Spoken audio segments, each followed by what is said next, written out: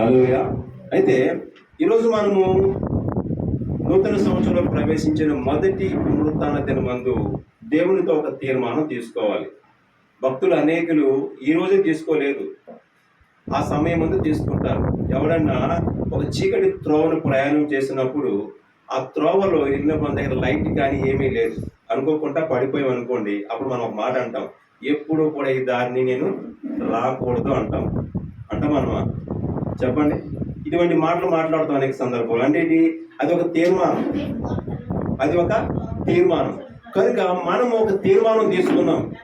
మనం అందరం కూడా, సునీత మాట్లాడకమ్మా, సైలెంట్ గుండు, వాక్యం చెప్పినప్పుడు ఎవరు మాట్లాడొద్దు దయచేసి. ఎందుకంటే నేను చెప్పవలసింది లోపల నుంచి రావాల్సింది అక్కడ ఆగిపోయింది అనుకుని కూడా వస్తుంది. వాడే దుష్టుడు అంటే. సైలెంట్గా ఉండండి.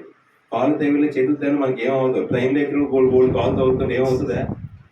చూసుకోవమ్మా అంటాం, అది మించి ఏమని అంటాం మనం? కాలు తగిలితే మన బంగారు కలిసి వద్దని కూడా వింటానండి. శుభ్రంగా అడ్జస్ట్మెంట్ చేసుకుని కూర్చోండి, ఓకేనా? హల్లెలూయా. అయితే దుష్టుడు అనేక రకాలుగా ప్రేరణ కలిగి మనిషి యొక్క హృదయాన్ని పాడు చేస్తూ ఉంటాడు. సో దేవుడు భూలోకానికి వచ్చి మానవుని హృదయాన్ని దేవుని వైపు మళ్లించుకోనందుకు అనేకమైన ప్రయత్నాలు చేశాడు. అనేకమైన ప్రయత్నాలు. ఆ ప్రయత్నంలో ఆఖరి ప్రయత్నమే నరరూపిగా భూలోకానికి వచ్చాడు. ఆ నరరూపిగా వచ్చిన దేవుడు మనుషులతో కలిసి జీవించడం నేర్చుకున్నాడు. మనము దేవునితో కలిసి జీవించడం నేర్చుకోవాలి. అదే మొదటి ప్రమాణం ఉంది. హల్లెలూయా. దేవుడు ఎక్కడ ఉండాలి? ఒక రాజకీయ నాయకుడు ఒక ఉన్నతమైన స్థానంలో ఉంటాడు. వాడు మనుషులతో కాదు, అక్కడ ఉన్న అనుచరులతో ఉంటాడు. మనుషులతో ఎప్పుడో ఉంటాడు, ఎలక్షన్ ముందు ఉంటాడు, ఏదైనా ఆపద జరిగితే ఉంటాడు. మిగతా సమయం మనం తిరుగుతాడు జరగడు. కానీ దేవుడు 24 గంటలు కూడా మనతో ఉన్నందుకు ఇష్టపడ్డాడు. ఇప్పుడు మనం ఎంత టైం దేవునితో ఉన్నందుకు ఇష్టపడాలి? దాన్ని బట్టి మనం ఆలోచించుకోవాలి. దేవునితో ఈ సంవత్సరం మనం తీర్మానం చేసుకుంది ఏంటంటే, మొదటిగా ఆలోచించండి. కీర్తనకారుడైన దావీదు కీర్తన 111 కీర్తన 10వ వచనం చదువుకుందాం. 111 కీర్తన మనం చూసుకోబోయే తీర్మానం ఎలా ఉండాలంటే చూసుకుందాం. 111 యెహోవా యందు భయము జ్ఞానమునకు మూలము. ఆయన శాసనమును అనుసరించు వారందరూ మంచి వివేకము గలవారు. ఏమవుతారట చెప్పండి? దేవుని యందు జ్ఞానం కావాలి మనకి. యెహోవా యందు భయము ఉంటే మనకి ఏమొస్తుంది? జ్ఞానం వస్తుంది. ఈ భయముకి జ్ఞానంకి ఏమైనా పొత్తుందా? భయం వేరే, జ్ఞానం వేరే అవుతుంది కదా. కానీ భయంకి జ్ఞానంకి పొత్తు చెప్తాను, బాగా అర్థం చేసుకోండి. ఇప్పుడు దేవుని మందిరానికి వచ్చినప్పుడు మనము అనుకోకుండా హృదయంలోంచి కొన్ని మాటలు బయటికి పలికామనుకుందాం. ఏదో ఎవరో మాట ఇస్తాడు, గొడవడం, తిట్టడం, లేకపోతే మన కన్ను చూపు సరిగ్గా లేక ఏమైనా అబద్ధాలుగా చూడటం, ఇవేమైనా మనం చూసామనుకుందాం. చూసిన తర్వాత మనం దేవుని మందిరానికి వచ్చిన తర్వాత దేవుని వాక్యము మనతో మాట్లాడుతున్నా ఏమనుకుంటాం? అక్కడ జరిగింది ఇక్కడ వినిపిస్తుంది మనకి. అక్కడ జరిగింది ఇక్కడ ఏమవుతుంది? దేవుడు వినిపిస్తున్నాడు. అంటే ఇప్పుడు మనం ఏం చేయాలి? ఎవరికి భయపడాలా?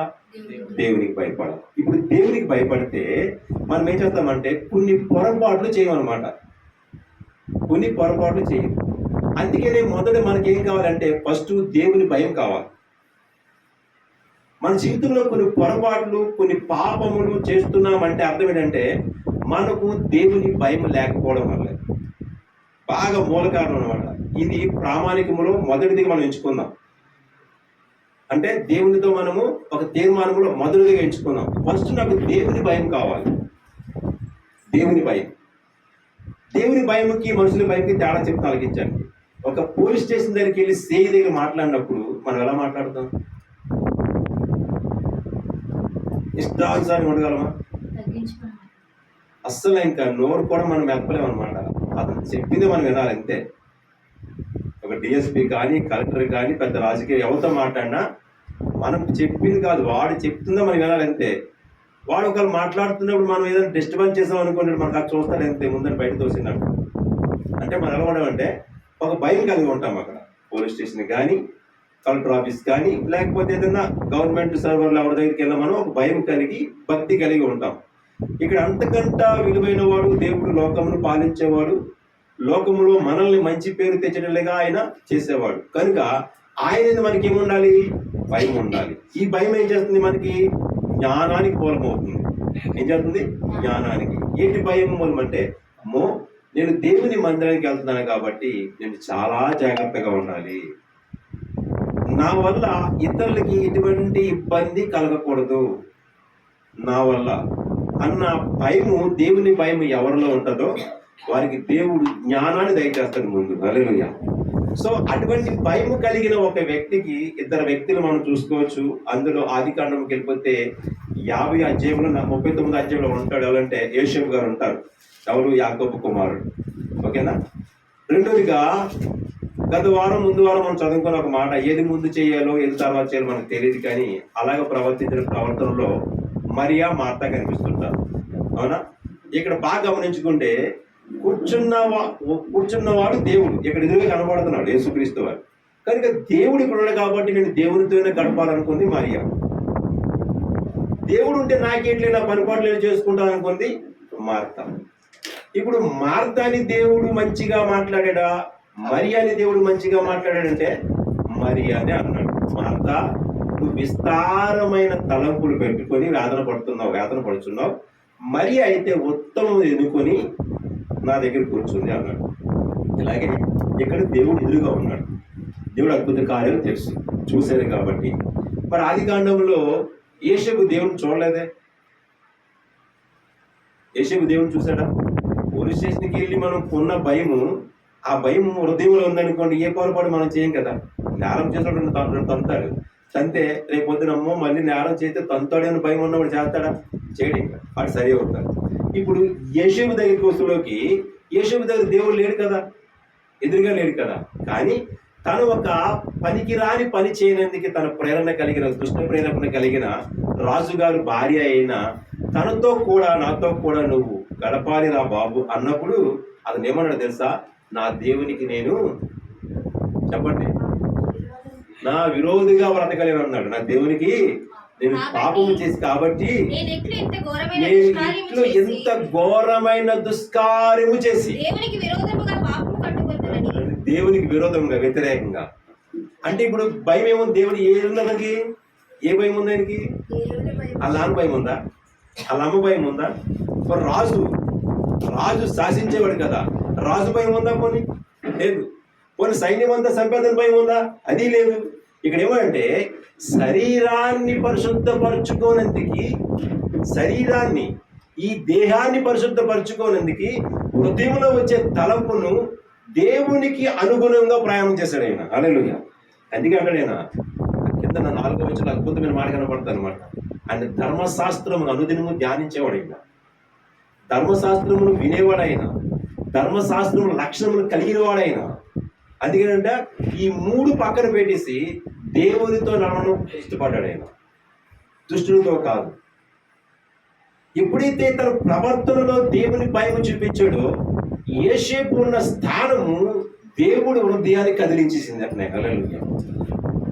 అరే కళ్ళ ముందు కనిపించినప్పుడు చేసింది వేరే. ఇప్పుడు అప్పుడప్పుడు నాకు సన్మానం చేశారు, మనం సన్మానం చేశారు, అప్పుడు నేను ఆనందపడతాను, సార్లు తప్పి మీరు తగ్గున ఆనందపడతాను. ఓకేనా. వాస్తవానికి దాని ఎపిసి పత్రిక 6వ అధ్యాయంలో అయిపోయినమాట, పిల్లలారా మీ తల్లిదండ్రులు సన్మానించుగా రాయబడుతుంది. ఇప్పుడు సన్మానము సాల్వ కాకపోతే రాదు, ఇప్పుడు సన్మానం చెప్పండి. అలాగే యేసుక్రీస్తు వారు యోసేపుని చూసి చాలా ఆనందపడ్డారు ఆయన. ఎందుకంటే నిజంగా ఈ ఒక్క భక్తుడు వల్ల అనేక హృదయాలు మార్చబడతాయి, ఈ భక్తుని నేర్చుకొని అనేక మంది పాపం నుంచి బయటకు వస్తారు అని తను సంతోషపడ్డాడు. రెండోది, ఇంకో భక్తుడి గురించి యేసుక్రీస్తు వారు లేచి నిల్చున్నారు. ఇంతకుముందు కూడా చెప్పారు మీకు. ఎవరైనా మర్చిపోతారు? అందులో మర్చిపోతారా మీరు? జనవరి 1 మరి ఎప్పుడు వస్తుందంటే డేట్ చెప్పేస్తాం. మరి జనవరి 1 వస్తుంది. అది ఏ రోజు చెప్తారు కానీ మనకు గుర్తుంది కదా. ఇంకొక భక్తుడట మరణించిన తర్వాత యేసు ప్రభు లేచి నుంచున్నాడట. ఎవరు? స్టెఫెన్. హల్లెలూయా.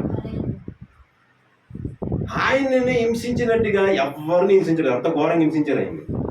రాళ్ళతో కొట్టి ప్రాణం పోయినంత వరకు చంపితే ఈయన ఇక్కడ ప్రాణం, దేవుడు చచ్చిపోయింది, ఆత్మ బయటకు వచ్చేసింది. ఈ ఆత్మ ఇలాగ ప్రయాణం చేసినప్పుడు వెళ్తున్నప్పుడు యేసుక్రీస్తు లేచి కౌగిలించుకోవడం. హల్లెలూయా.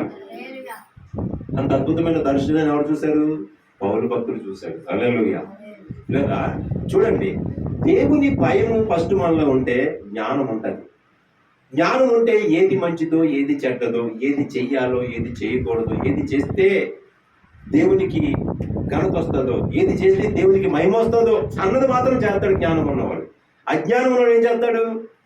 అవేమి చేయడు. దేవునికి నామానికి అపవిత్రంగా ప్రవర్తిస్తుంటాడు.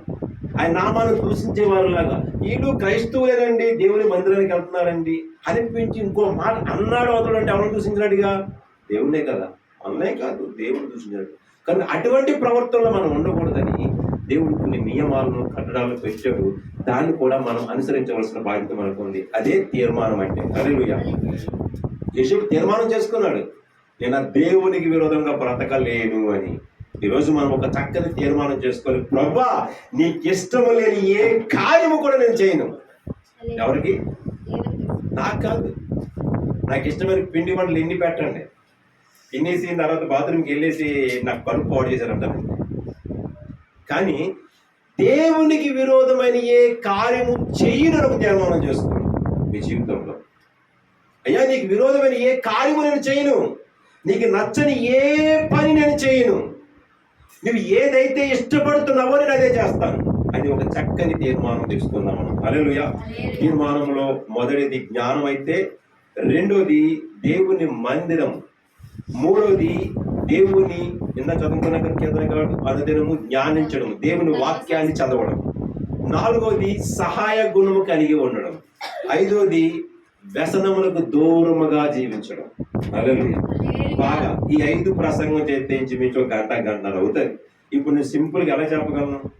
వివరణ చేయకపోతే ఏది కూడా అర్థం కాదు. వివరణ చెయ్యాలి. వివరణ చెయ్యాలి అంటే ఇప్పుడు అమ్మ కూర ఉండే అని తల్లి కుమార్తె చెప్పింది అనుకో, ఇప్పుడు కుమార్తె కొత్తగా ఉంది కాబట్టి తెలియదు కాబట్టి అమ్మ ఏమేమి వేసి వండాలా అంటారు. రుచికరము రావాలంటే ఏది వేసి వండాలంటది. అమ్మ ముందు నువ్వు ఉల్లిపాయలు తరుగు, టమాటా తరుగు, కొత్తిమీర పోయి, కరివేపాకు అన్ని సిద్ధపరిచిన తర్వాత నాకు ఒకసారి చెప్తానండి. అమ్మ ఇప్పుడు సిద్ధపరిచాను, ఏం చేయమంటావు? ఇప్పుడు అందులో ఉల్లిపాయలు కొద్దిగా ఆయిల్ వేసి ఉల్లిపాయలు 5 దూరంగా వేయకూడదు, దాంతో మిరకాయలు, దాంతో తర్వాత కొద్దిగా ఉప్పు కారం వేయి, కొద్దిగా పసుపు వేయి, కొద్దిగా మసాలా వేయి, ఇంకా అలాగే దోరగా ఏపి అన్ని చెప్తారా? చెప్పదా? చెప్తాది. అప్పుడు ఈ అమ్మ చెప్తా ఏమేం చేస్తుంది? నేర్చుకుంటాం. ఏం చేస్తుంది? నేర్చుకుంటాం. నేర్చుకున్నది కదా కూర ఎలా వండాలో కావ్యంగా చేసుకుంది. కావ్య కూర ఎలా వండాలో నేర్చేసుకుంది. రేపు అమ్మ లేనప్పుడు ఎవరన్నా వస్తే ఏం చేస్తుంది? వండేస్తుంది. హల్లెలూయా. ఇప్పుడు మీరు అదే చెయ్యాలి. దేవుడు ఏం చేశాడు? ఎన్నాళ్ళ మీద ఉంటా నాకు తెలియదు కానీ ఇవన్నీ నేర్చుకుని వెళ్ళిపోయిన తర్వాత ఇతరులు నేర్పని చెప్పాడు ఆయన. హల్లెలూయా. ఇప్పుడు మనం నేర్చుకొని మన పిల్లలందరికీ నేర్పించాలి, మన ఇరుగుపోయిన వారికి నేర్పించాలి, ఇంకా దేవుణ్ణి ఎరగని వారికి నేర్పించాలి. అది దేవుడి కోరిక. ఇలాగా ఈ 5 తీర్మానాలు మనం చేసుకోగలిగితే మన జీవితంలో అద్భుతమైన ఫలితాలను మనం పొందుకుంటాం. ఇందులో మొదటి తీర్మానం చూస్తున్నాము, దేవుని జ్ఞానం గురించి మాట్లాడుకున్నాం కదా. మొదటి తిమోతి పత్రిక 4వ అధ్యాయము 8వ వచనం చదవండి ఒకసారి. మొదటి తిమోతి పత్రిక శరీర సంబంధమైన సాధకము శారీరక సంబంధకమైన సాధకము కొంచెం మట్టికే ప్రయోజనకరమును గాని దైవభక్తి. అప్పుడు చూడండి, ఇప్పుడు శారీరక సంబంధమైనది అంటే తృప్తి, తిండి కానీ, బట్ట కానీ, వస్త్రాలు కానీ ఏదైనా సరే మనకు కొద్ది టైమే తృప్తిని కలుగజేస్తాయి. ఎలాగంటారేంటి అంటారు కదా. నూతన సంవత్సరం మీరు ఎంతమంది కొత్త బట్టలు కొనుక్కున్నారు? చేతులు ఎత్తే ఎంతమంది కొనుక్కున్నారు చెప్పండి. కొనుక్కున్నారు కదా. కొత్త బట్టలు నూతన సంవత్సరం వేసుకున్నారా? 1వ తారీఖు. మరి ఎంతవరకు ఎందుకు ఒంటి మీద దాని ఏమవుతుంది? దుర్గంధం, చెడు అసలు అవుతుంది రాదా? బట్ట చెమటతో ములిగి ఉంది, మాసి ఉంది, మరకలు ఉన్నాయి, వస్త్రం మీద చెమట అవసరం అవుతుంది రాదా? చెట్టు కొట్టుకున్న ఎండాలంటుందా? చెప్పండి. శారీరక సంబంధమైనది ఏదైనా సరే కొంత మట్టికే ప్రయోజనకరము. అంటే కొన్నాలే, నువ్వు ఏది సరే కొన్నాలే అనమాట. దాని తర్వాత అంటున్నాడు ఆత్మ సంబంధం. చదువమ్మా. దైవభక్తి ఇప్పటి జీవము విషయములోను ఇప్పుడు ప్రజెంట్ బ్రతుకుతున్నను జీవించడానికి కావలసిన ప్రతి జ్ఞానయుక్తమైన ప్రవర్తన యందును, మాటల యందును, నడవ యందును ఇప్పటి అని అడిగాడు.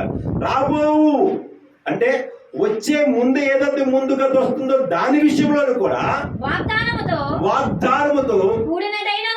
కూడినదైనందున అది ఏంటంటే అన్ని విషయములలోనూ ప్రయోజనకరమవును. అది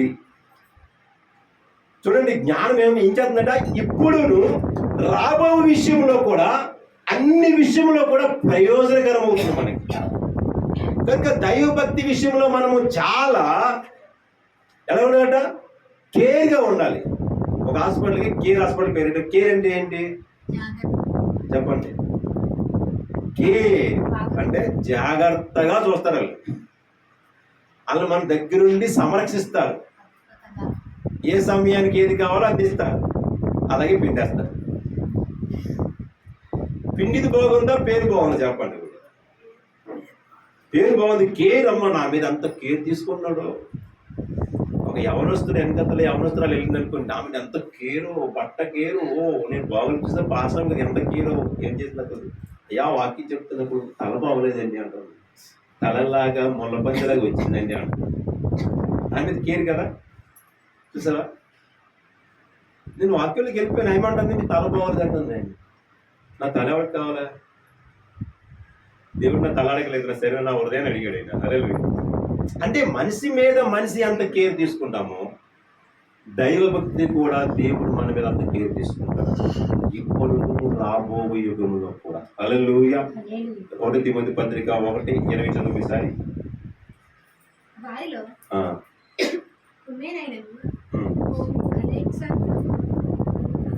1 తిమోతి 1:20 చదువు.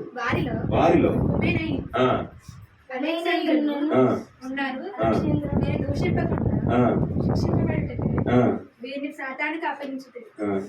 దూషించబడకుండా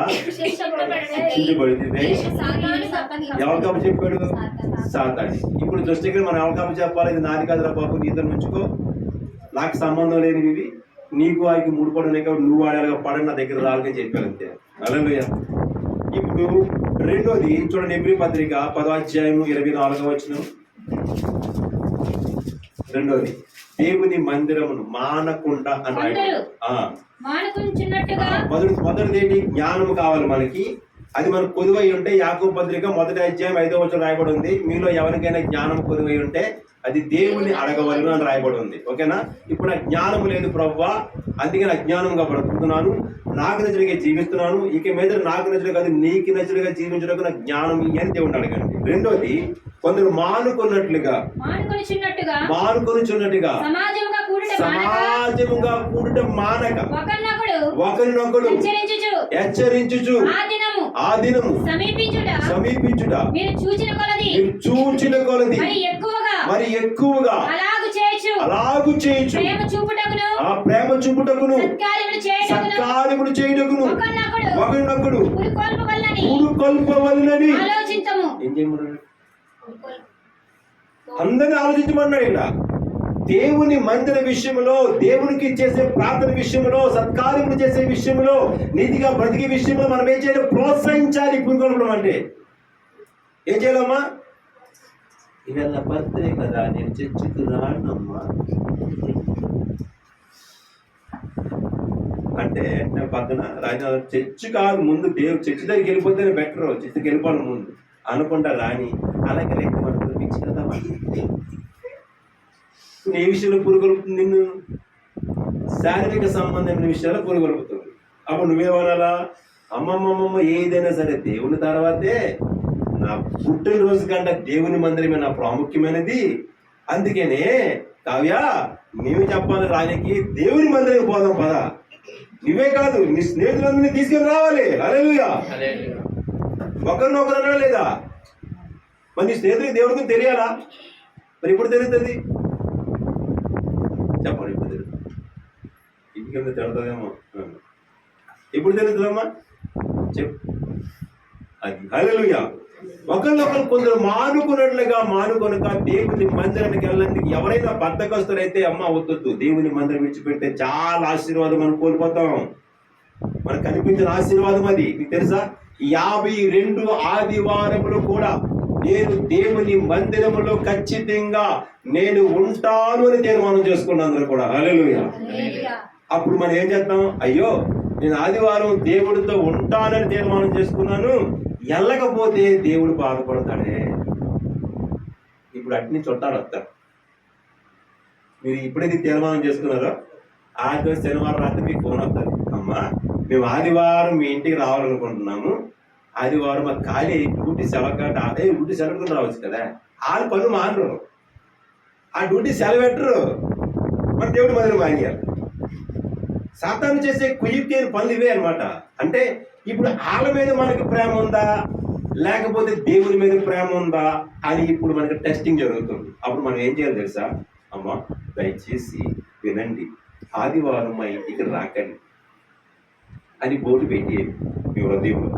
దయచేసి వినండి, ఆదివారం మా ఇంటికి రాకండి అని పెట్టేయండి. ఆదివారం రావద్దమ్మా, నాకు దేవుడి కంటే మీరు ఎక్కువ కాదు. నాకు ఊపిరిచ్చిన వాడు, తిండి ఇచ్చిన వాడు, బట్ట ఇచ్చిన వాడు, ఇలా బ్రతుకునిచ్చిన వాడు దేవుడే. ఆ దేవుని సన్నిధికి వెళ్ళకుండా నేను ఉండలేనయ్యా అన్నారు. హల్లెలూయా. ఎవరు బాగుపడుతుంది? జాను గడేడి, జాను వెళ్ళరామా ఒకసారి, నీ కాంగ దగ్గర కూర్చోరా సరే.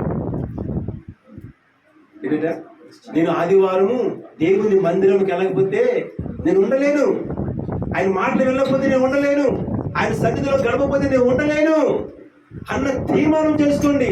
నేనుండాలేనయ్యా, నే బ్రతుకాలేనయ్యా, నేనుండాలేనయ్యా, నే బ్రతుకాలేనయ్యా, నీవే లేకుండా నేనుండాలేనయ్యా, నీ తోడే లేకుండా నే బ్రతుకాలేనయ్యా, నీవే లేకుండా నేనుండాలేనయ్యా, నీ తోడే లేకుండా నే బ్రతుకాలేనయ్యా.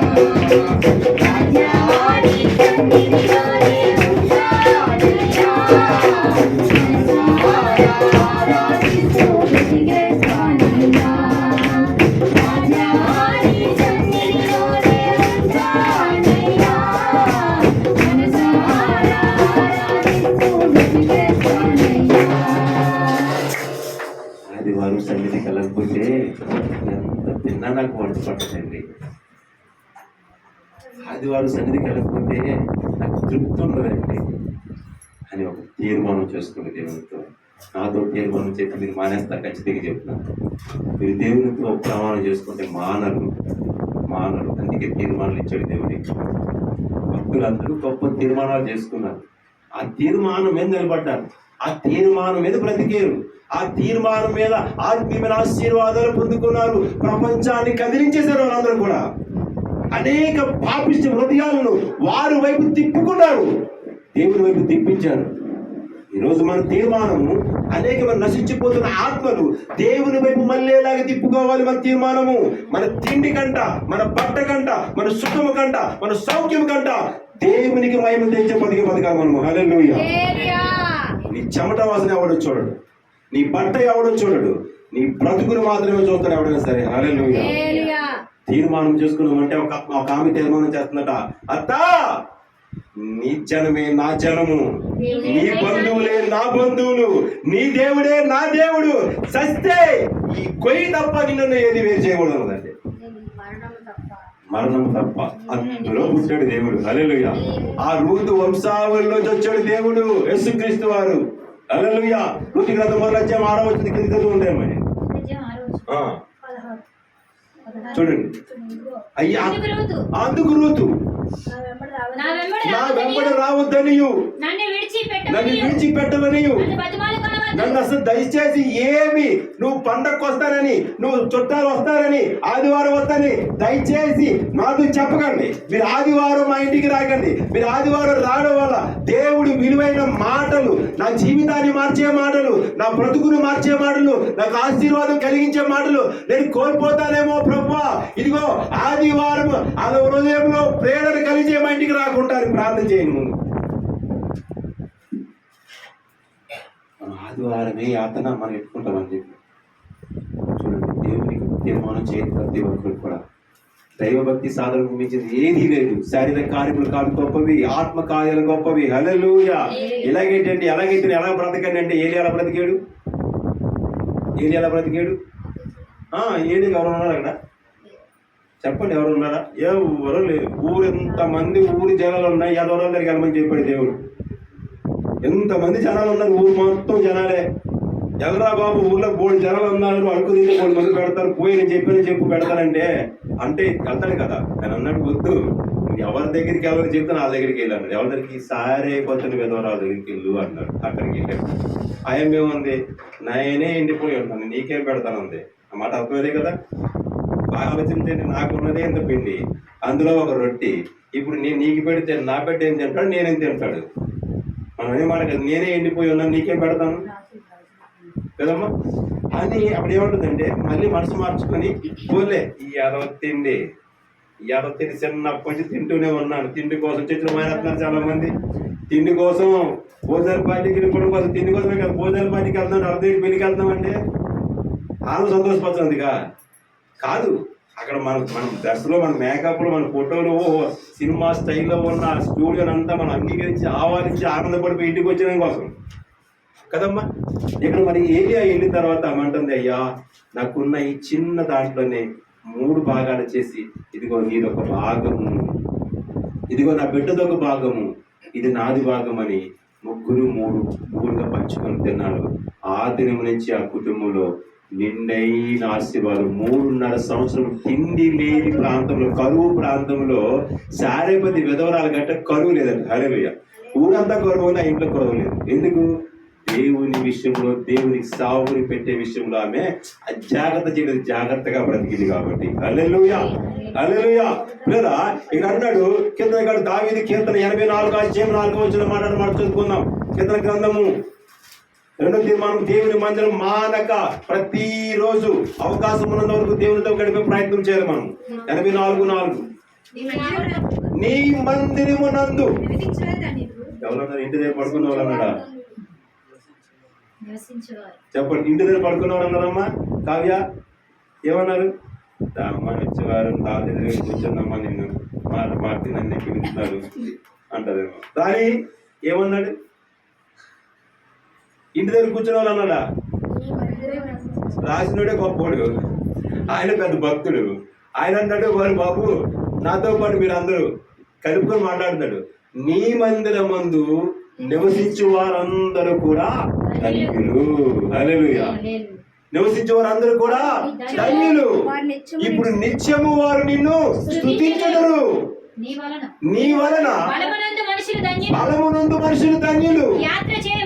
యాత్ర చేయు మార్గములు అబ్బబ్బా. మనం ప్రయాణం చేసి వచ్చినప్పుడు మనకి ఎలా ఉందంటే, ఎందుకు ఎక్కామా ఈ ట్రైన్ అనిపించింది. నేను అంటాడు, మనం విజయవాడ వెళ్దామని కదా పాస్టర్ గారు, విజయవాడకి జన్మభూమి మనం బయలుదేరి వెళ్దాం అంటాడు. ఈ జన్మభూమి కూడా నమస్కారం, జన్మలో జన్మభూమి ఎక్కువరా, లేకపోతే జన్మభూమి పేరు ఎక్కువరా అంటున్నాం. అంటే ప్రేమగా ఉన్నాయా, మనకి వ్యతిరేకంగా ఉన్నాయా? వ్యతిరేకంగా ఉన్నాయి. ఆయన అన్నాడు, నీ మందిరం ముందు నివసించు మంచు జనులు ధన్యులట. కనుక దేవుని మందిరములో బ్రతకడానికి ఇష్టపడ్డాం మనం అందరం కూడా. హల్లెలూయా. దేవుని మందిరం అంటే మనకి మనశ్శాంతిని ఇచ్చేది, మనకు ఆరోగ్యాన్ని ఇచ్చేది, మనకి మంచి ప్రవర్తన గురించి నేర్పించేది, మనం ప్రార్థన పరిపూర్ణంగా చేసుకునే గది ఏదైనా ఉందంటే అది దేవుని మందిరం మాత్రమే. హల్లెలూయా. చూడండి, నీ మందిర ఆవరణంలో ఒక దినము గడుపుట 1000 దినముల కంటే శ్రేష్టము. చూడండి, అందుకే భక్తిహీనులకు తెలియదు, దేవునికి తెలియదు. అందుకే పెళ్లికి రా, పేరడానికి రా, నిశ్చితార్థంగా రా, లేకపోతే ఇక్కడ రా, అక్కడ రా అంటారు. తెలియదు భక్తిహీనులు. అందుకనే వాళ్ళ గురించి మనం ఆలోచించకూడదు, మన గురించి, మన భక్తి గురించి ఆలోచించుకొని, అమ్మా ఈ రోజు కాకపోతే రేపు చేసుకుందాం కానీ దేవుని తర్వాతే. హల్లెలూయా, హల్లెలూయా. 3వదిగా చూడండి, అపోస్తల కార్యాలు 10వ అధ్యాయము 11వ వచనం. 3వది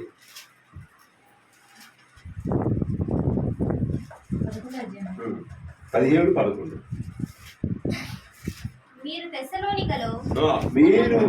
తెస్సలోనికలో ఉన్న వారి కంటే వీరు దెస్సలోనికలో ఉన్న వారి కంటే గనులై ఉంటిరి కనుక ఆసక్తితో వాక్యమును విని అంగీకరించి పౌలును శీలయును చెప్పిన సంగతులు అలా ఉన్నవో లేవో అని ప్రతి దినము ఏం చేయాలి? ప్రతిరోజు అనుదినం ఏం చేయాలా? బైబిల్ ఏం చేయాలా? చదవాలి. ఏం చేయాలమ్మా? ప్రతిరోజు కూడా బైబిల్ చదవాలి. ఒకవేళ చదువు రాదు అనుకున్న వారికి ప్రపంచంలో ఇప్పుడు జ్ఞానం చదువు మంచి ఒక అద్భుతమైన ఒక యాప్ రిలీజ్ అయ్యింది, బైబిల్ యాప్. ఆ బైబిల్ యాప్లోని ఆదికాండం పెట్టుకుని ఆన్ చేసుకుంటే మనకు అన్ని వినిపిస్తుంటారు. లేదు మనం ముందు ఎవరైనా చదువుకుని ఉంటే అమ్మా ఈ అధ్యాయం చదువు నాకు వినిపించు, ఒక్క అధ్యాయం చదివి వినిపించమ్మా అని చెప్పండి, తప్పే లేదు. ఒక అధ్యాయం చదివి వినిపించేంత మాత్రాన మన కొంపలు కొల్లేరైపో, మన ప్రయాణాలు ఆగిపో, మనకి ఏమీ ఇబ్బందికరం ఉండదు. దేవుని వాక్యము ధ్యానించమని దేవుని వాక్యం సెలవిస్తుంది. అనుదినము దేవుని వాక్యమును ధ్యానించాలి. మనము ప్రతిరోజు కూడా దేవుని వాక్యాన్ని చదవాలి, పరిశీలించాలి. దశలోనికి ఏమైనా వీరు అంటే వారు ధైర్య ప్రజలట, ధైర్య ప్రజలు, ధైర్య ప్రాంతానికి చెందిన ప్రజలు. వాళ్ళు దశలో ఉన్నారు. వాళ్ళు అన్నారట, అనుదినము దాన్ని ధ్యానించేవారు ఇంటికి వెళ్ళి, ఇది చెప్పింది వాస్తవమా కాదా, దేవుని మాటలు అవునా కాదా, దీనివల్ల నిత్య కాలం జరిగేయలేదా అని ప్రతిదీ కూడా పరీక్షించేవారు. కాబట్టి మనం అనుదినము కూడా బైబిల్ చదవడానికి ప్రయాసపడాలి. హల్లెలూయా. యవనస్తులు ఏం చేస్తారంటే ముగ్గురు కూర్చొని చక్కగా మాట్లాడుకుంటారు. ఎవరు? జాన్ గారు, కుమార్ గారు, కళ్యాణ్ గారు.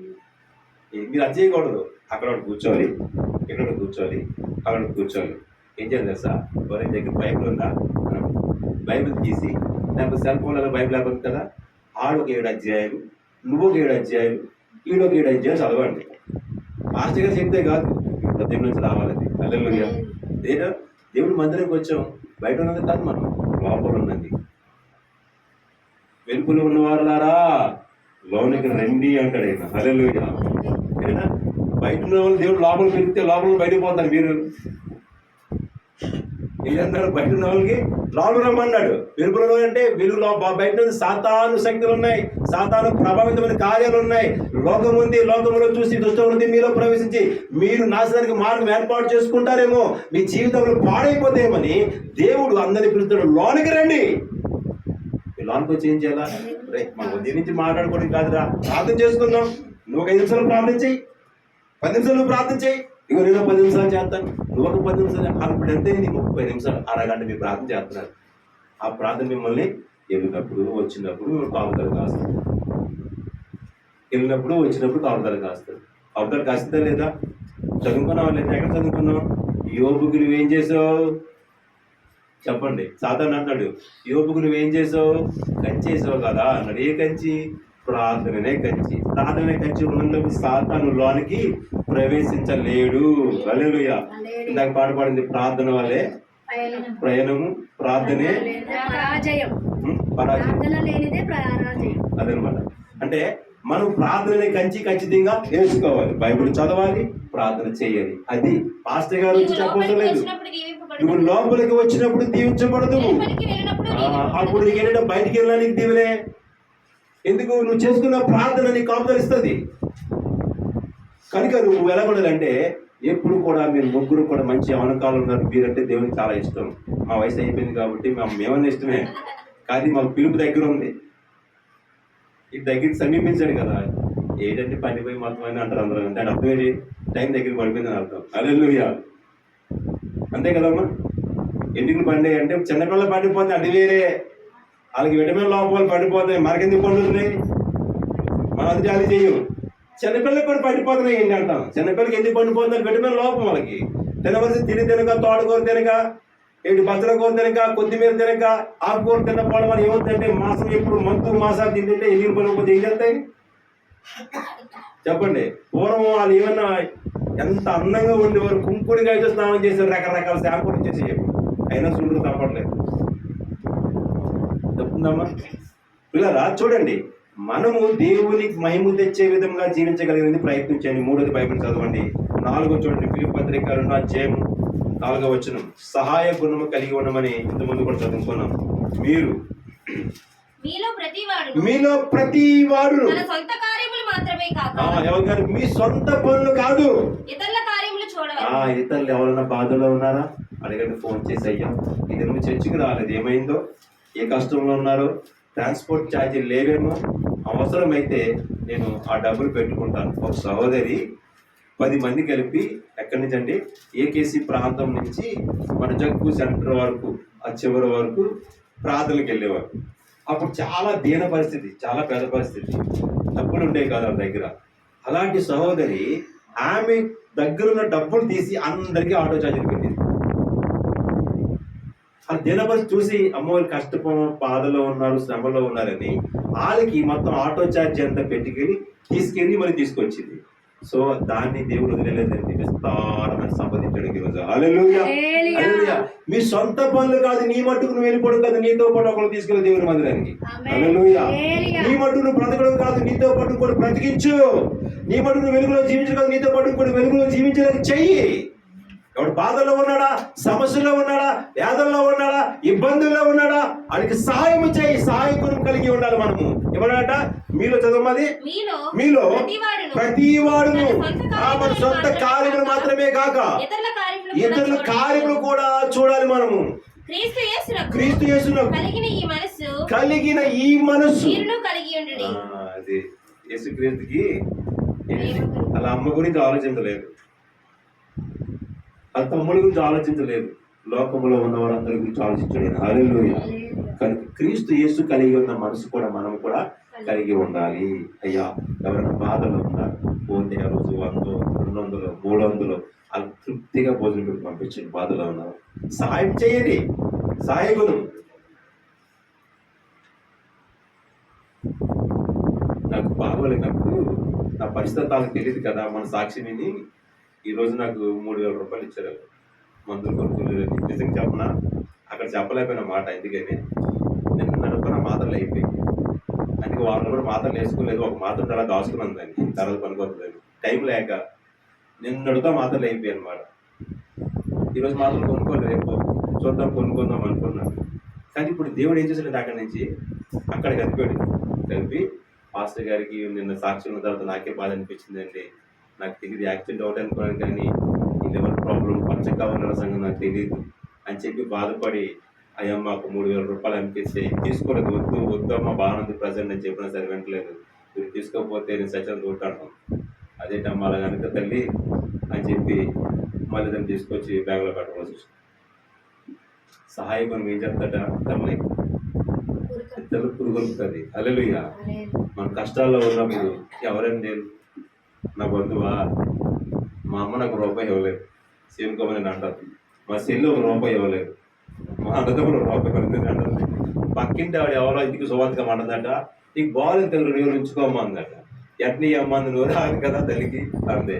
అన్నదమ్ముడు బాగోపోతే రూపాయి సాయం చేయలేదు, కానీ ఎవరికో సాయం చేస్తున్నాను. వాళ్ళ బంధువులో ఉన్నప్పుడు మనకి మనమే సహాయం చేసుకోకపోతే ఇతరులకి ఎవరు సహాయం చేస్తారు అని ఆ ఉదార స్వభావం కలిగిన యేసు ప్రభు వారి మాటలను పిలుపు పత్రికలో రాయమని ఒక మాట చూసుకుంటూ అన్నాడు, అయ్యా మీలో కొందరు మీ సొంత కార్యములే కాదు కానీ దేవుని కార్యములు చెయ్యాలి.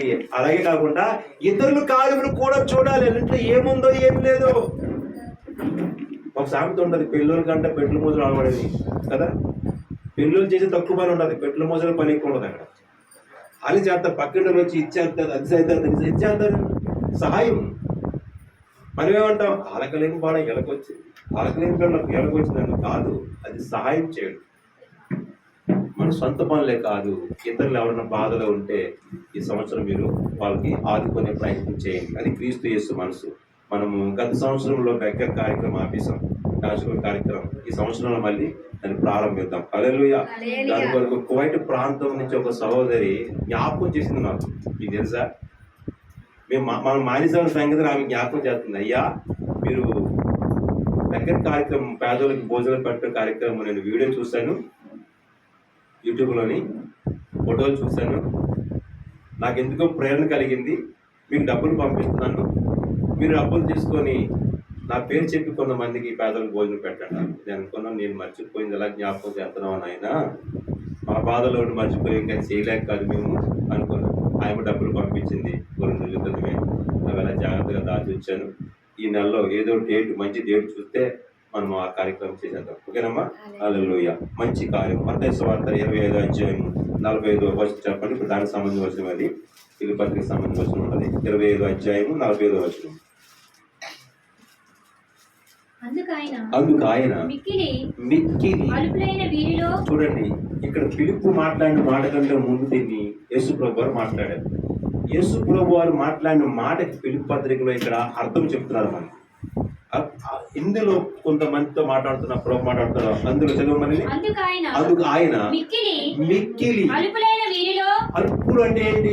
అల్పుడు ఏమీ లేనివాడు, ఆడు స్థితిగతులు బాగోలేనివాడు, ఆడు స్థితిగతులు బాగా లేనివాడు అనమాట. వాడు తిండి కానీ, ఆరోగ్యం కానీ, వస్త్రము కానీ ఏమీ లేనివాడు, చాలా వ్యాధులతో బ్రతుకుతున్నవాడు, ఎవడైనా కూడు పెడితే తిని తృప్తి పొందాలి అనుకున్నవాడు అల్పుడు. వాడు మీలో కొందరు చదవమ్మా, ఒకనికైనను మీరు ఇలాగ చేయలేదు కనుక నాకు చెయ్యలేదని. ఎవరికి చేయలేదట? ఉన్నవాడికి ఇస్తే ఏమైనా ప్రయోజనం ఉంటుందా? చెప్పండి, ఉండదు. ఎవరికి కావాలి? లేని వాడికి కావాలి. ఒక వాక్యం చదివినప్పుడు ఎంతమంది కూడా చెప్పిన మాట నేను ఒకరోజు చూశాను. ఆ చదివిన తర్వాత నాకు అనిపించింది, మనము చేసిన సహాయం అట అవతల వాడు రుణము తీర్చుకోలేనట్టుగా ఉండాలట. అది దేవునికి చేసిన సహాయం. అంటే ఇప్పుడు నాకు మీరు ఏమన్నా బట్టలు కొన్నారు, మీకు కొనేస్తాను. నాకు ఏమన్నా చెప్పులు కొన్నారు, మీకు కొనేస్తాను. అంటే ఇక్కడ ఏమవుతుంది? బాకీలు తీర్చేసుకుంటున్నాం ఒకరికో. కానీ సహాయం అన్నది అవతల వ్యక్తికి ఏమైనా మనం సహాయం చేస్తే తిరిగి మనకు ఇవ్వలేనప్పుడే ఆశీర్వాదం. హల్లెలూయా. ఇస్తే ఆశీర్వాదం కాదు, తిరిగి ఆశీర్వాదం మనకి దేవుడు ఇస్తాడు. ఆమె మనకి ఎట్లేదు. ఆమె అనుదినం అయ్యో ఈ బాధల్లో ఉన్నప్పుడు ఈమె నాకు ఈ విధంగా సహకరించింది, ఈమె రుణం ఎలా తీర్చుకోవాలి, ఈమె నేనేం చేయగలను అని మనం ఏం చేద్దాం? ప్రార్థన చేస్తాం. తెలుసా? ప్రార్థన చేస్తాం.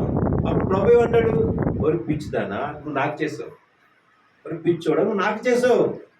అల్పుడైన వాడికి నువ్వు చేసావంటే నువ్వు నాకు చేసినట్టుగా అర్థము. నీ తోటి వాడిని ప్రేమించడం లేకను బాగులు ఎందుకు చెప్పానంటే, అల్పుడు వాడి దగ్గర ఏమీ లేదు కాబట్టి వాడు నీ రుణము తీర్చుకోలేడు. అంటే నువ్వు దేవుడికి చేసినట్టు కాదు. హల్లెలూయా. ఈరోజు రోడ్డు పక్కన ఉన్న యాచకులకి అందరికీ భోజనం పెడతారు, మనం పెట్టగలరా? కానీ ప్రభు సంతోషపడతాడు. ఎందుకంటే అందుకన్నాడు, పేదలు పోషించేవాడు యెహోవాకు అప్పిచ్చేవాడట. అంటే మనం ఎవరికి పెడతాడుగా? దేవుడికి. అయ్యా ఇదిగో నీ పేరు నీ పెట్టలేక భోజనం పెడుతున్నాం అంటాం. అవునా? ఆయన పేరు పెడతాం. ఆయన ఏమంటాడు? మీరు అతనికి పెట్టడు కాదు, నాకే పెడుతున్నారు. ఆడు తింటే ఆడు బాగుంటే ఆయన ఆనందపడతాడు. హల్లెలూయా. కనుక మిక్కిలి అల్పుడైన వారికి మీరు ఇది చేయలేదు కనుక మీరు నన్ను ప్రేమించలేదు. కనుక ప్రతి ఒక్కరు కూడా సహాయ గుణం కలిగి ఒకరినొకరు ప్రేమించే గుణం కలిగి ఉండాలని లేఖన భాగం మనకు సెలవుస్తుంది. చివరి వాక్యం చదువుకొని ముగించుకున్నాం. 1 కొరింథీ పత్రిక 6వ అధ్యాయం 9-10. జాగ్రత్తగా వినండి. అన్యాయస్తుడు దేవుని రాజ్యమునకు వారసులు కానేరని మీకు తెలియదా? అంటే 6వ 5వ ఏంటంటే వ్యసనాలకు దూరంగా ఉండండి. మన దగ్గర ఉన్న చెడు వ్యసనాలు కొన్ని ఉంటాయి, అవి మానుకోమని దేవుని వాక్యం సెలవిస్తుంది. సో దేవుని వాక్యం ఏమి సెలవిస్తుందో దాన్ని మనం ఖచ్చితంగా తీర్మానం చేసుకోవాలి. ప్రభువా ఇదిగో నాకు మందు తాగే అలవాటు ఉంది, నేను ఈ దినము నుంచి మానను.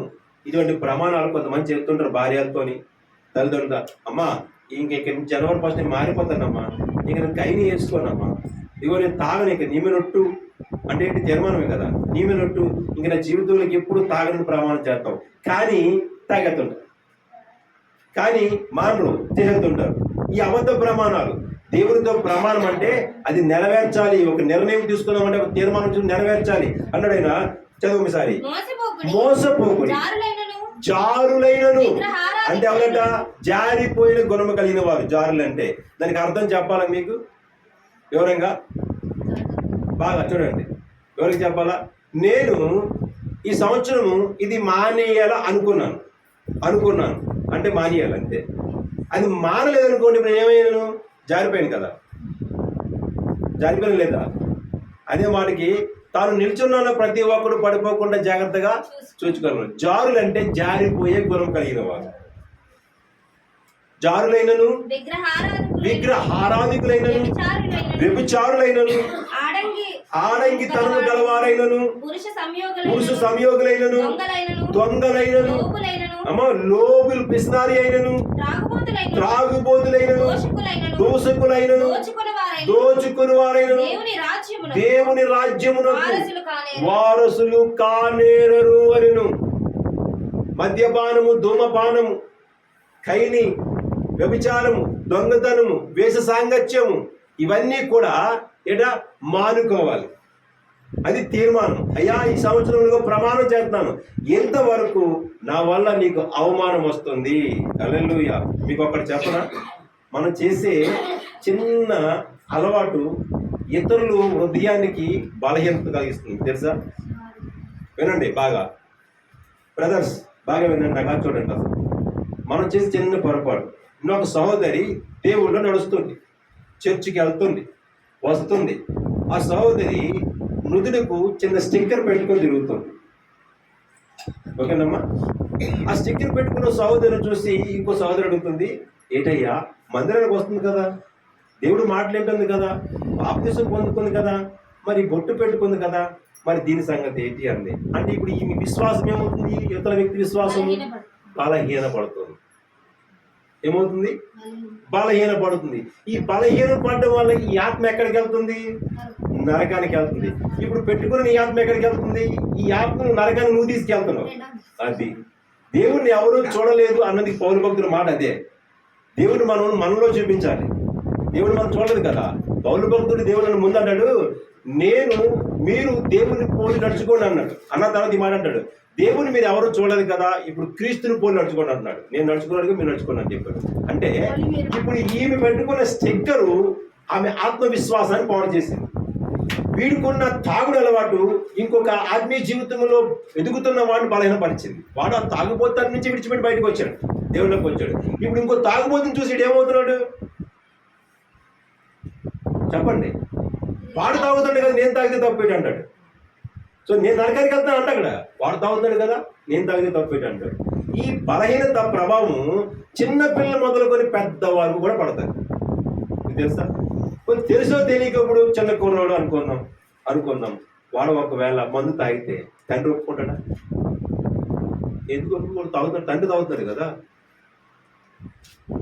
తండ్రి తాగుతున్నప్పుడు కొడుకు తాగి తప్పేముంది అడుగుతున్నాను నేను. పరిషత్ గ్రంథం అడుగుతుంది, తండ్రి తాగుతున్నాడు అంటే కొడుకు తాగినప్పుడు కొడుకు ఎందుకు మందలిస్తున్నాడు? తండ్రి కైని చేస్తున్నాడు, కొడుకు కైని అయితే కొడుకు ఎందుకు మందలిస్తున్నాడు? తండ్రి స్మోకింగ్ చేస్తున్నాడు, కొడుకు స్మోకింగ్ చేస్తే ఎందుకు మందలిస్తున్నాడు? అరే నేను చేస్తున్న తప్పు అని సంగతి తెలిసి నువ్వు చేస్తున్నావు అంటే నీ తప్పు బలహీనత నీ బిడ్డల మీద ప్రభావితం చూపించి నువ్వు లేనప్పుడు చేస్తారు. అది హల్లెలూయా. ఎదురు కనబడి తిడతాను కనుక ఏం చేస్తారు? లేనప్పుడు చేస్తారు. ఒకవేళ దొరికిపడికి నువ్వు తాగిన తప్పులేదు, తాగి తప్పు అంటాడు. అప్పుడు చెప్పి సమాధానం ఉంది కదా, సమాధానం చెప్పగలమా? అందుకనే మన అలవాట్లు ఇతరులను బలహీనపరచకూడదు, ఇతరుల ఆత్మీయ జీవితంలో ఎదిగించాలన్నమాట. అందుకే కొందరు మానుకుంటుగా ఉరుకొల్పుకొని ఒకరినొకరు హెచ్చరించుకొని ప్రభు పరిచయంలో కొనసాగుడి రాయబడింది వాక్యం. కనుక వ్యసనములకు అందరూ కూడా చాలా దూరంగా బ్రతికితే చాలా మంచిది. హల్లెలూయా. అది మనం ఒక ఆత్మను రక్షించగలిగిన వారు అవుతాం. అది మన కుటుంబంలో కావచ్చు, లేకపోతే మన ఇరుగు పొరుగు వారు కావచ్చు, మన స్నేహితులు కావచ్చు. హల్లెలూయా, హల్లెలూయా, హల్లెలూయా. సహోదరుడు మంచి కార్యాలు చేస్తాడు. అలా అమ్మ అంటుంది, అరే ఈయన చూసి నేర్చుకోరా అన్నాను, నన్ను చేపించి ఈయన చూసి నేర్చుకోరా అంటాను. వాళ్ళు ఏ లోపాలు ఉన్నాయి, నాలో ఏ లోపాలు లేవు అని గమనించుకుంటే అంటుంది. వాళ్ళు చిన్నప్పటి నుంచి తాగుడు అలవాట్లేదు, అలా తాగుపోతే కైని అలవాట్లేదు, కైని వేసుకోడు, స్మోకరు మా నాన్న పెట్టు ఇంట్లో మీ సిరడు కాల్చుడు, చెడు వ్యసనాలు గీలేవు, మంచి మార్గాన్ని ఎంచుకున్నాడు. దేవుడు ఇల్లు తప్ప ఇంకోటి లేదు. ఆడ చూసి నేర్చుకోరా. అది ఆమె హృదయంలో కదిలిందా లేదా? చెప్పండి. రాని కదిలిందా? ఎటు కదిలింది? ట్రైనా, బస్సా? హృదయం కదిలింది. ఇప్పుడు చెడు వ్యసనములు మనం అది మానమని దేవుని వాక్యం జరుగుతుంది. నూతన సంవత్సరం తీర్మానం, ప్రభువా ఇక మీదట ఈ యొక్క సిగరెట్ జోలికి నేను పోను, ఇక మీదట తాగుడు జోలికి పోను, ఇక మీదట బూదుల జోలికి పోను. అది రాయబడిందండి కొలసీ పత్రిక 3వ అధ్యాయం 5 చదువమ్మా. కొలసీ పత్రిక 3వ అధ్యాయం 5వ వచనం నుంచి. కావున ఆ భూమి మీదనున్న మీ అవయవములను అనగా చూడండి, జారత్వమును, అపవిత్రతను, కాముకత్వమును, దురాశను, విగ్రహారాధనను, ధనాపేక్షను ఏం చేయమన్నాడు? చంపేయాలా. టర్పించి చంపేయాలా, కొలిపించి చంపేయాలా, శరీరపించి చంపేయాలా. ఈ నాకొద్దు, నేను క్రీస్తు కోసము బ్రతకాలనుకున్నవాడు ఈ శరీరంలో ఉన్న ప్రతిదీ కూడా చంపుకోనందుకే బ్రతకాలి. హల్లెలూయా. అప్పుడు నువ్వు క్రీస్తును మహిమపరచనండి. వాటి వలన దేవుని ఉగ్రత అవిధేయుల మీదకి వచ్చును. పూర్వము వారి మధ్య జీవించినప్పుడు మీరును వీటిని అనుసరించి నడుచుకుంటేది. ఇప్పుడైతే మీరు చూడండి, ఇప్పుడైతే మీరు కోపము, ఆగ్రహము, దుష్టత్వము, దూషణ, మీ నోట బూతులు అన్నిటినీ ఏం చెప్పన్నాడు? ఏం చెప్పాడు చెప్పండి? జేబులోంచి పరస పడిపోతే మళ్ళీ తెచ్చుకోండి. చెప్పండి, జేబులోంచి పరస పడిపోతే ఎదుర్కోండి, రూపాయి పడిపోతే ఎదుర్కోండి, బంగారం పడిపోతే ఎదుర్కొని తెచ్చుకోండి, లేక ఏదైనా విలువ పడిపోతే తెచ్చుకోండి. కానీ నోట్లోంచి ఉమ్ము పడైతే తెచ్చుకుంటారా? చెప్పండి. అది బయట చూసేసి అబ్బాయి ఎంత పచ్చగుందో, కప్పంతో వచ్చింది, మళ్ళీ పెద్దగా అలా ఎత్తుకొని తెచ్చుకుంటామా? చెప్పండి. అది ఉమ్ముని ఎలాగ మనము అసహించుకుంటున్నామో, మన మలాన్ని ఎలాగ అసహించుకుంటున్నామో. మలం అంటే తెలుసా అమ్మ? కొంతమంది తెలియదేమో. తెలుసా మలం అంటే? చెప్పండి. యేసుప్రభు చక్కగా నోటిలోంచి వచ్చింది కాదురా బాబు, బహిర్భూమిలో అన్నాడు. చెప్పలేక బహిర్భూమి అంటే బయట నుండేది, ఇప్పుడు ఇంట్లో ఉంది. మీకు తెలుసా? బహిర్భూమి అంటే బయట నుండేదని అర్థం. ఎక్కడికో పోయి బాత్రూమ్కి వెళ్ళి వచ్చేవారు. ఇప్పుడు ఇది కిచెన్లో వండుకుంటున్నారు, వారంలో తినేస్తున్నారు, ఇంట్లో తినేస్తున్నారు. శుభ్రంగా పోగేటి పాదం చేస్తారు. మొత్తం అంతా ఒకసారి ట్యాంక్ అప్ చెప్తారు అనమాట. అంటే లోయ అట్లే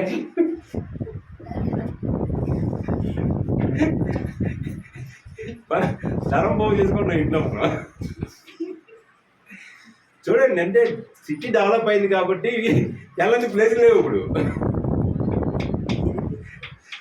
సిటీ డెవలప్ అయిపోయింది. ఇప్పుడు పూర్వం ఇల్లులు ఉండేవి కాదు, ఎక్కడైనా తప్పులు ఉండేవి. ఇప్పుడు ఏం చేస్తారు? అడవులందరూ ఇక్కడికి వచ్చి ఇలిసిపోతారు, అంతే కదా. కోరమండల గేట్ ఏం కదా, శ్మశానంతో తప్పులు ఉండి అక్కడికి వచ్చి ఎలిసిపోయేవారు. ఇప్పుడు అక్కడ ఇల్లు అయిపోయి ఎవరింటి కొందరు కూర్చొని ఊరుకుంటారా? ఏరా మా ఇల్లే కనబడింది నీకు, దుష్టగలవా అని తిడతాం. చిన్న పిల్లడు వచ్చేడికి అర్జెంట్ అయిన ముందు మనం ముందు కూర్చుని పోయినా మనం అదే తిడతామండి. అలా ఆపుకోగలరా? దాన్ని ఏం చేస్తా పోయి ఎత్తుకొని అలా, అమ్మ బంగారంలాగా ఉందరా, పచ్చకలర్ ఉందరా అని తీసుకుని బీరువాలో పెడుతుందా? చెప్పండి, ఏం చేస్తుంది అది? ఛీ దరిద్రమా, ఇదే కాలు పట్టుకొని వచ్చావు చండాలమా, కాలు కడుక్కొని లోను అమ్మ కడుగుదు, నీవేస్తుంది అంతే, నువ్వే కడుక్కోవాలా. అమ్మ చేయకపోతే మళ్ళీ సబ్బు, ఇంకా పోలేదమ్మా, ఏం తిన్నావు తెలీదు. రోతలాగా విసర్జించాలి మన శరీర క్రియలను. హల్లెలూయా, హల్లెలూయా.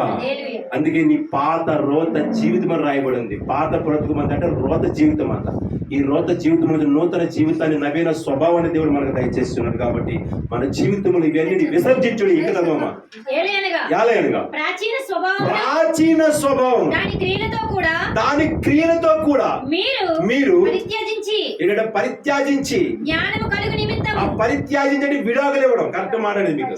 అంటే దాన్ని విడిచిపెట్టి జ్ఞానము కలిగి, చదవమ్మా, జ్ఞానము కలుగు నిమిత్తము దానిని సృష్టించిన వానిని పోలిక చొప్పున నూతన పరచబడుచున్న ఏమంటా? ఇప్పుడు ఏది కావాలి మనకి? నూతన సంవత్సరం కాదు, క్యాలెండర్ కాదు మార్చబడటం. పాస్టర్ చెప్పింది రాత్రి, క్యారెక్టర్ మార్చబడాలి. హల్లెలూయా. ఎటు మార్చబడాలి?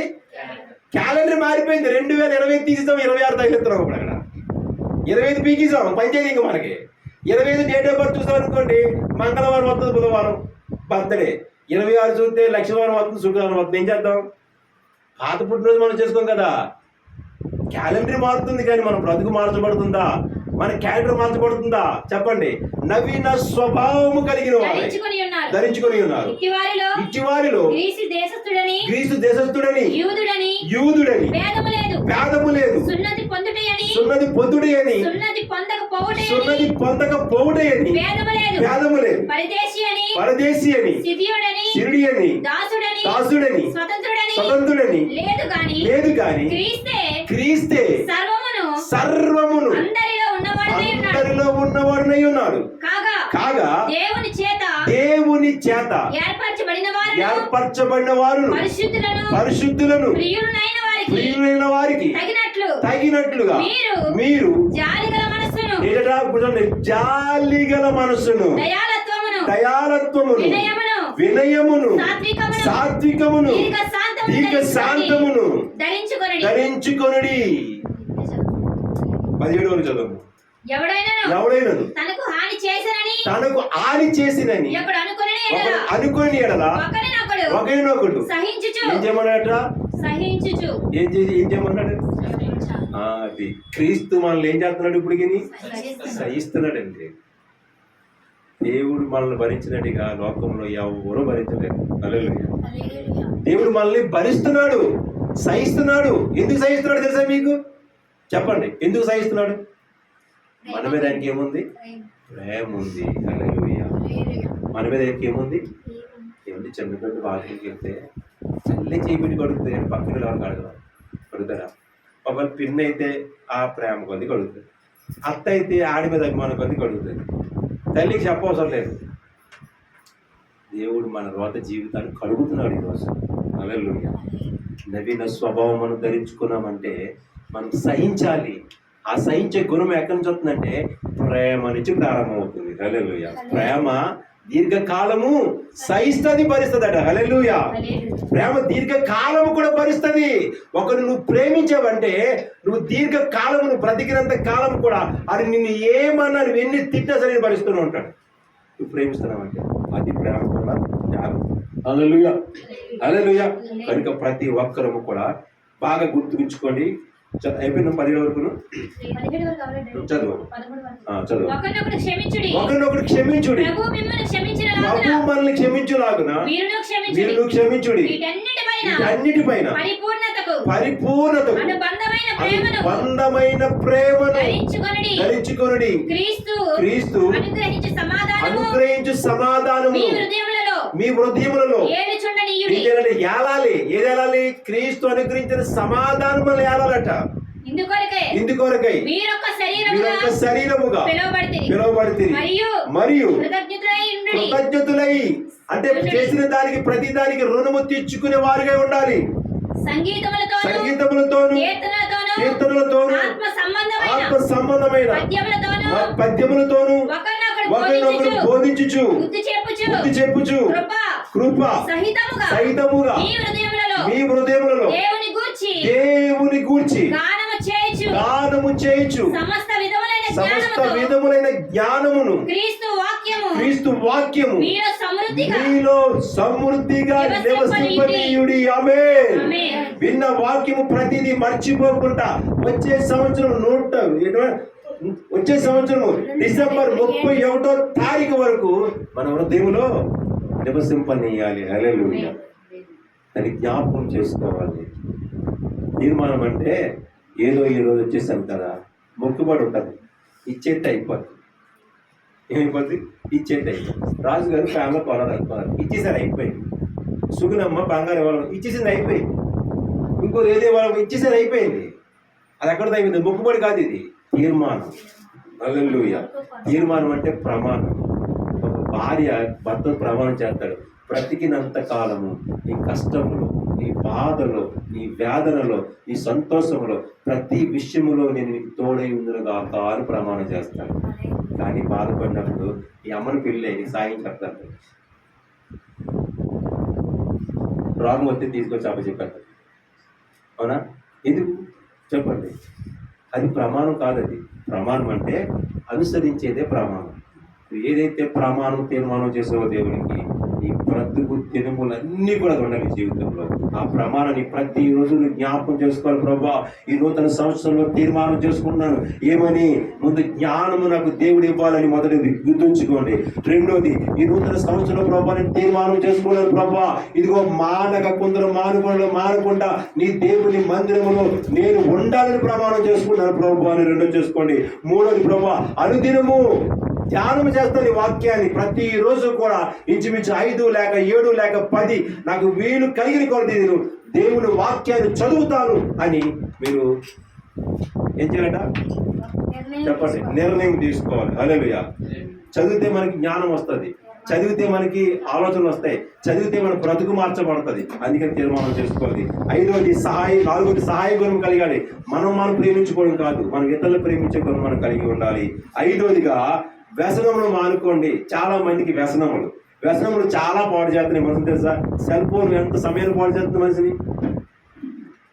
నేను ఒక ప్రసంగం విన్నాను. ప్రసంగంలో భక్తుడు చెప్తున్నాడు, ఒక వ్యక్తి 4 గంటలు సెల్ ఫోన్ చూస్తున్నాడట. 4 గంటలు రోజుకి, మినిమం 4 గంటలు, 24 గంటలు 4 గంటలు అనమాట వాళ్ళ క్యాల్కులేషన్ ప్రకారంగా. అదే వ్యక్తి ఆ 4 గంటలు కానీ చదువు మీద పెడితే ఆడు ఒక ఉన్నతమైన స్థానానికి వస్తాడు. హల్లెలూయా. అదే ఒక వ్యక్తి ఈ 4 గంటలు బైబిల్ చదవగలిగితే ఒక విద్వాంసుడు అయిపోతాడట. అనేక మంది దురాత్మ నశించిపోతున్న ఆత్మ రక్షించగలుగుతాడట. అదే వ్యక్తి ఈ 4 గంటలు బైబిల్ చదివితే లోకంలో ఉన్న పాపులను ఎందరో మార్చగలుగుతాడట. హల్లెలూయా. వ్యసనపరులు మార్చగలుగుతాడట. అంటే ఈ యొక్క దురలవాటు వ్యసనం ఏం చేస్తుంది? మనిషి జీవితాన్ని నాశనానికి దోవ తీస్తుంది అనమాట, నశించే మార్గాన్ని తీసుకెళ్తుంది. అందుకని సెల్ ఫోన్ కి దూరంగా జీవించండి అని లేఖనం చదివిస్తుంది మనకి. హల్లెలూయా. సెల్ ఫోన్ గురించి రాయలేదు కదండి అని చెప్తారు. ఇక్కడ రాయబడిందా? సెల్ ఫోన్ నుంచి ఉందా? మీకు చూపించాలా? గలతీ పత్రిక 5వ అధ్యాయం 19వ చదువుమా. శరీర కార్యములు స్పష్టమై ఉన్నవి, అల్లరి పుట్టుకు నాటపాట్లు శరీర కార్యములు స్పష్టమై ఉన్నవి. అవేవనగా జారత్వము, అపవిత్రత, కాముకత్వము, విగ్రహారాధన, అభిచారము, ద్వేషము, కలహము, మత్సరములు, క్రోధములు, కక్షలు, భేదములు, విమతములు, అసూయలు, మత్తతులు.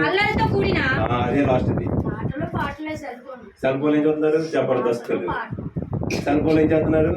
ఏమ్మా ఏదో కొత్త ప్రోగ్రాం చూస్తుంటున్నారు కదా. ఎక్కువ మరి అందరినీ బంధించి లోపలుతున్నారు కదా. బిగ్ బాస్ ఏంటది? బిగ్ బాస్ అంటే దాని పేరు మరి బిగ్ బాస్. అది ఏం చేస్తుంది మనల్ని? చెప్పండి. వాడు చేస్తుందా లేదా? షేర్ చాట్లో, లేకపోతే యూట్యూబ్లో, లేకపోతే ఇన్స్టాగ్రామ్లో చూసి ఇవేమన్నా మీ బ్రతుకును మారుస్తున్నాయా? మీ టైం వృధా అవుతుంది. ఆ టైంని దేవుళ్ళు వినియోగించుకోండి. చదువు మీద శ్రద్ధ పెట్టండి. ఈ నూతన సంవత్సరంలో దేవుడు మీ అందరికీ భోగ భాగ్యాలు దయచేయును గాక. ఈ నూతన సంవత్సరంలో దేవుడు ఆత్మీయ అభివృద్ధి దయచేయును గాక. ఈ నూతన సంవత్సరంలో విద్యార్థులు మొదటి స్థానంలో ఉందురు గాక. ఈ నూతన సంవత్సరంలో గృహములు లేని వారికి దేవుడు గృహములు దయచేయును గాక. ఈ నూతన సంవత్సరంలో అనేక సంవత్సరాలు నలుగుతున్న కోర్టు సంవత్సరం దేవుడు విడుదల కలుగు చేయును గాక. ఈ నూతన సంవత్సరంలో వివాహం కాని వారికి చక్కని సంబంధాలు సమకూర్చి వివాహం జరిగించును గాక. ఆమేన్. అందరూ లేచించండి, కాళ్ళు పట్టుకొని ముగించుకుందాం.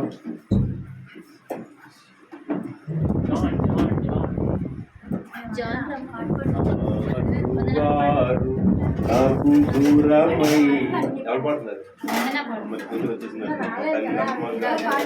వందనం యేసయ్యా.